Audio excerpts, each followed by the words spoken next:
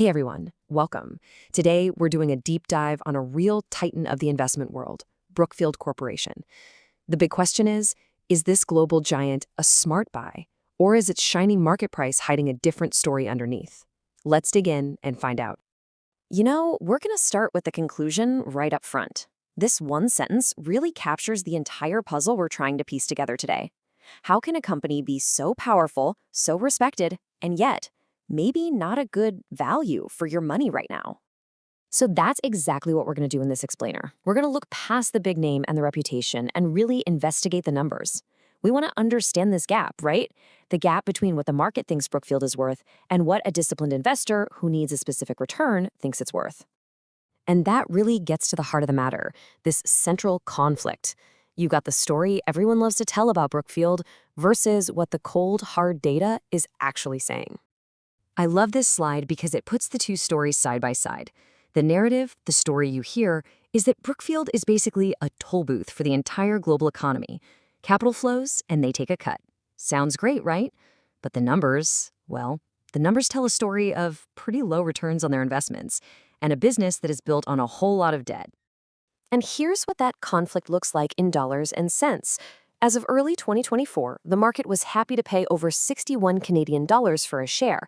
But the analyst, after digging through everything, says its fundamental, intrinsic worth is really closer to $40. That is a massive gap, and we need to figure out why. Okay, so to understand that gap, first we've got to pop the hood and see how this machine actually works. What does Brookfield do all day to make money? So at its core, Brookfield is what's called a global alternative asset manager. What on earth does that mean? Well, simply put, they manage huge pools of money. Some of it is their own, some belongs to big clients, and they invest it in real, tangible, long-term stuff. We're talking about things like airports, cell towers, office buildings, and solar farms.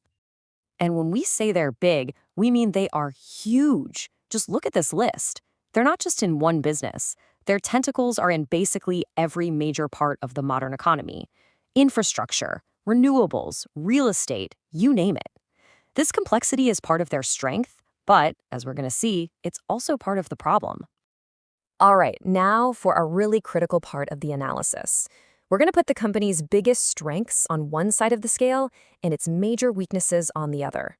This is the good, the bad, and the parts that are just plain hard to see. This slide just lays it all out. On the plus side, their strengths are undeniable.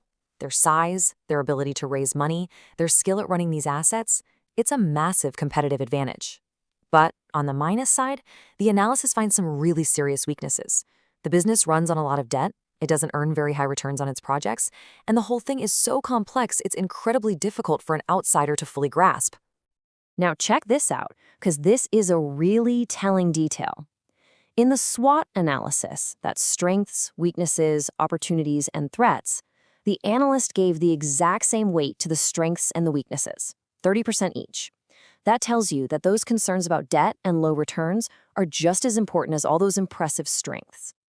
And here it is. This is the number that should really make you pause. Over the last 5 years, Brookfield's average return on invested capital was just 2.77%. So for every $100 they invest into their projects, they're only getting back about $2.77 in profit each year. That's almost certainly less than what it costs them to borrow money in the first place, which is a huge red flag. Okay, so we've looked at what they do, we've weighed the pros and cons, now it's time for the main event. Let's put a price on this thing. After all is said and done, what is Brookfield Corporation actually worth? But before we look at a single stock price, you have to understand this number. The analyst doing this valuation has a very specific goal. They need to earn at least a 9% return on their money each year over the long haul. This is the hurdle. This is the benchmark. For them, an investment is only a good deal if it can clear this 9% bar.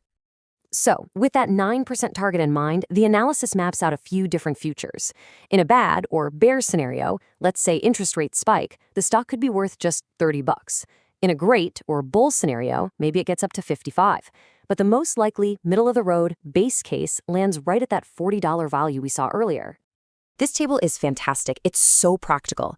It basically tells you, hey, depending on the return you want, here's the price you should be willing to pay today. If you're cool with a 5% return, yeah, you can pay $55. But if you're like our analyst and you demand that 9% return, the math says you can't pay a penny over $42. And this is where it gets really interesting, because time changes the price you can pay. To get that same 9% return, if you have a shorter time horizon, say only 5 years, you need to buy it for much cheaper, around $32. If you've got 16 years to let it grow, you can afford to pay a little more, up to $42. It just goes to show you, patience can be a real advantage for an investor. So, we've been through the business, the financials, the valuation scenarios. What's the bottom line? Let's bring it all together for the final takeaway. This right here might be the single most important idea in this entire analysis. Paying over $60 a share isn't really an investment based on financial reality. It's a bet. It's a bet that the great story, the narrative of Brookfield being this invincible toll collector, is more important than the actual numbers on the page. So let's just run through the final verdict step by step. 1. Yes, Brookfield is an impressive, high-quality company. No one's debating that. 2. But it's not very efficient with its money, as shown by that low 2.77% return. 3. At its current price, there's no margin of safety, no cushion if things go wrong. And that leads to 4. The conclusion is the stock only starts to look like an interesting value play somewhere below $45. And that leaves us with this final big question. Is the market right? Is it paying a premium because it understands something about Brookfield's complexity that the numbers don't capture?